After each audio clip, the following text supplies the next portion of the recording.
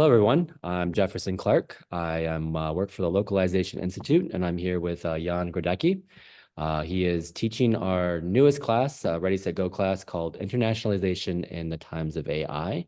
And I am lucky enough to be here with him to ask him a few questions about this course. Jan, how are you doing? Very good. Hi, Jefferson. How are you? I'm doing great. So my first question is just, what is this course about? What is internationalization in times of AI? Yes. Of course, I have a definition for that, which I'll bring to the class, but I was curious to see what AI would say to internationalization. Yesterday I asked ChatGPT about a definition. There were a few answers, but one that stuck out to me is really good. And it says, the goal of internationalization is to create products that can be efficiently localized for specific languages, cultures, and regions without requiring significant engineering changes.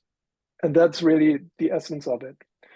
Not requiring any engineering changes right at the beginning. So if you have a product that is properly internationalized, it becomes much easier downstream with translation and localization. If you don't apply proper internationalization steps, it can become quite costly and very inefficient. And the part about AI, how this changes the whole internationalization and localization process, is something I want to address in our class. You might have heard about tools like ChatGPT, large language models, some implementations in GitHub with the GitHub Copilot that helps developers customize their content and help them. These are all topics I want to bring to the class and show how we will benefit from this, but you will still need a good overview and understanding of what it takes to make localization efficient, because AI is not that far that it can automate everything. Okay. So if you're a student that is not a developer, you don't have maybe some of the tech savvy that some other people do, would that be something that would prevent you from taking this course? No, absolutely not.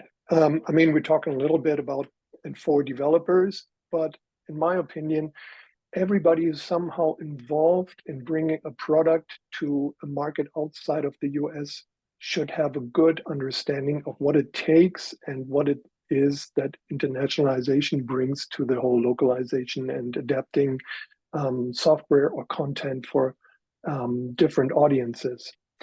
So we will try to make this interesting and bring something for everybody who's involved in that area, and not necessarily only for developers. Oh, that actually brings me to my next question, which is more related to your own career, which you've worked for. You're working as a social solutions architect for Welocalize, but you have also been working as an adjunct professor at the University of Washington, and you've had a 20-year career in localization. It's sort of straddled the two sides, but like client side, vendor side. You've been both an architect of solutions on either side.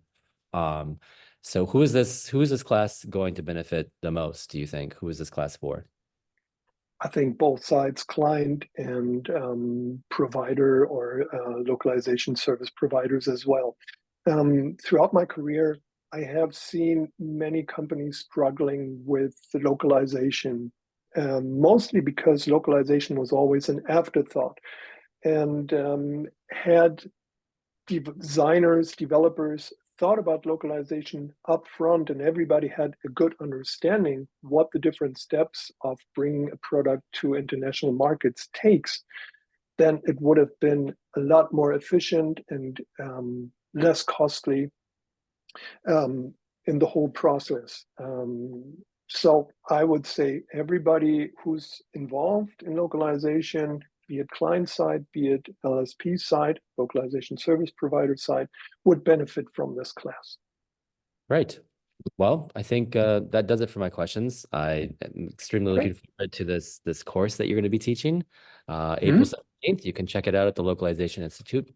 And Jan, it's been a pleasure to speak with you. Thank you very much, Jeffrey. I'm looking forward to anyone I can see in that class.